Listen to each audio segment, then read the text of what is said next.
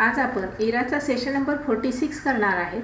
यामध्ये प्रथमतः टायपिंग करून घ्यायची आहे आणि नंतर सेल्फ पाथ लर्निंगला क्लिक करा. यामध्ये बघा आपल्याला 5 क्वेश्चन सॉल्व करायचे आहेत, तर ते आपण स्टेप बाय स्टेप सॉल्व करूया.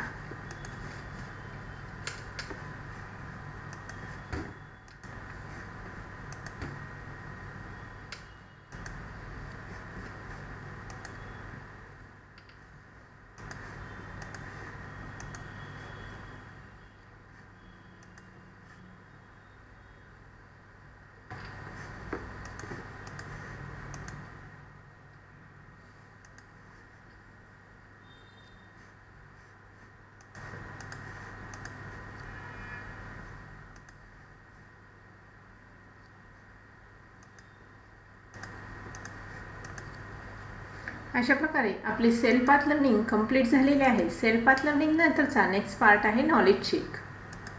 यामध्ये आपल्याला 5 क्वेश्चन सॉल्व करायचे आहेत.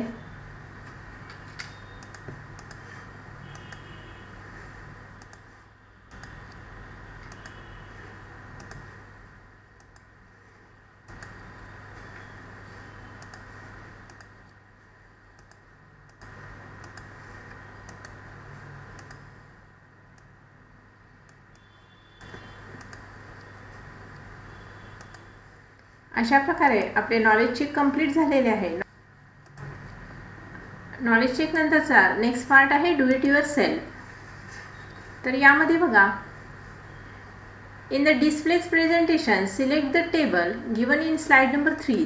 स्लाइड नंबर 3 वर जो टेबल आहे तो आपल्याला सिलेक्ट करायचा आहे. And apply the table style of your choice. आणि आपल्या चॉईसनी टेबल स्टाईल द्यायची आहे. तर मी हे स्लाइड नंबर 3 ला क्लिक करून हा टेबल सिलेक्ट केला. डिझाईनला क्लिक करायचे.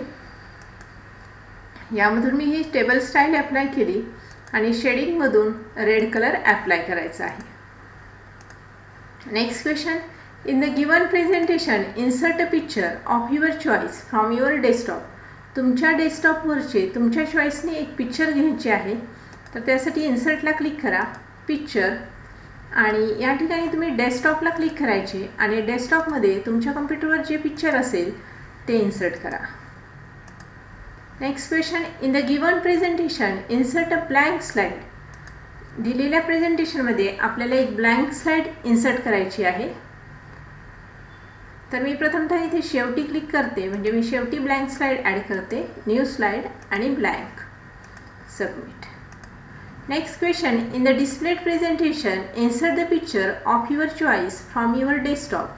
तुमच्या डेस्कटॉपवरचे आपल्याला या ठिकाणी एक पिक्चर इन्सर्ट करायचे आहे. इन्सर्ट पिक्चर, आणि आपल्या डेस्कटॉपवर जे पिक्चर आहेत त्यामधून आपल्याला या ठिकाणी एक पिक्चर इन्सर्ट करायची आहे.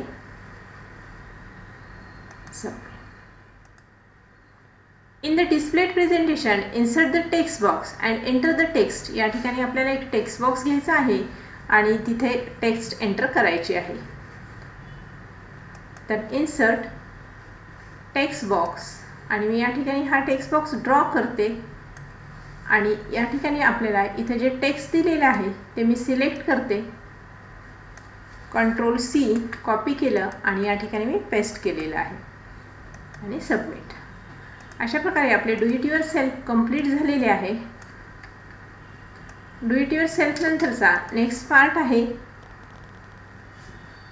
Simulation questions. तर सिम्युलेशनमध्ये आपण कीवर्डचा वापर न करता माऊसच्या सहाय्याने 2 क्वेश्चन सॉल्व करणार आहेत. इथे बघा सांगितलेले आहे की apply the Madison theme to the given presentation. आपल्याला थीम ॲप्लाय करायची आहे. तर त्यासाठी आपण डिझाईनमध्ये जायचे आणि यामधून आपल्याला थीम ॲप्लाय करायची. तर या थीमला क्लिक करायचे.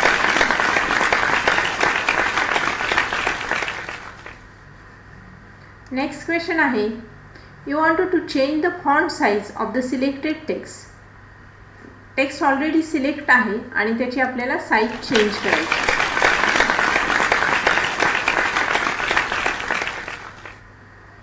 सिम्युलेशन क्वेश्चन नंतर नेक्स्ट पार्ट आहे सेशन कंप्लीशन टेस्ट.